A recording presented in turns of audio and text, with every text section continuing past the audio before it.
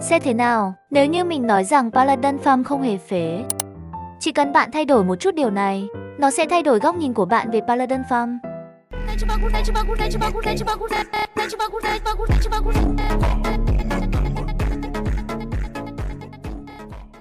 Mình xin 5 giây để giới thiệu sản phẩm của nhà mình nhé. Cảm ơn các bạn.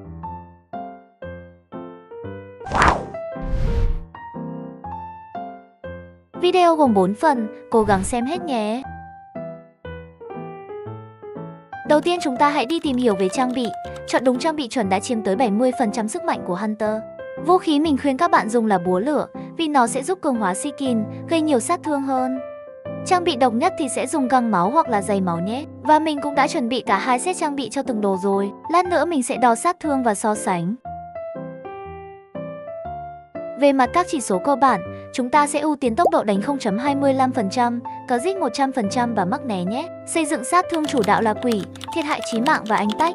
Nếu bạn có trang bị móng thú cuối cấp S cộng 20 thì chỉ cần 2 dòng tốc đánh, 3 dòng cơ giết và 2 hoặc 3 dòng né. Sau đây mình so sánh sát thương của hai bộ trang bị với găng và giày máu. Mình sẽ thống kê lại sát thương gây ra trên cọc trong vòng 20 giây nhé. Với găng máu, mặc dù búa lửa tăng 50% hút máu, nhưng để công bằng thì mình vẫn sẽ build 2 dòng hút máu. Có thể thấy sát thương là tương đương nhau nên xài cái nào cũng được. Tiếp theo mình sẽ hướng dẫn mọi người học nghề sao cho chuẩn nhất.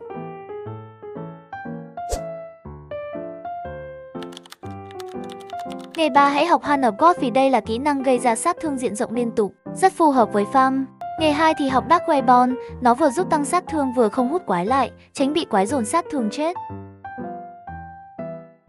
Với nghề 4, chúng ta sẽ học Hiệp Sĩ Thánh và hãy nâng cái kỹ năng như hình nhé.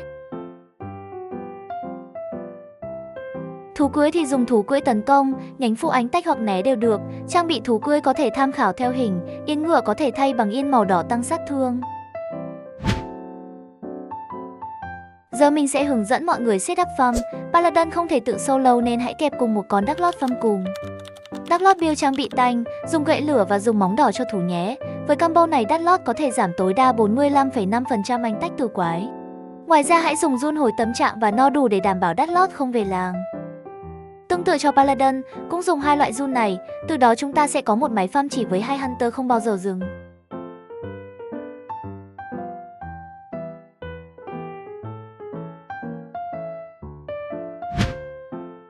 Cuối cùng mình cần lưu ý các bạn một vài điều. Đây là những gì mình đúc kết sau 2 tuần dùng Paladin Farm. Đầu tiên với combo Dark Lord và Paladin Farm liên tục không về thì nó sẽ rất phù hợp để farm trang bị độc nhất. Nếu Paladin bạn vẫn bị chết do quái sốc thì hãy chỉnh về độ khó anh X1 hoặc anh X11 để farm dễ hơn. Và cuối cùng cách farm này chỉ áp dụng khi nhà bạn dư điều kiện, còn không thì hãy để farm chung ở bãi bình thường.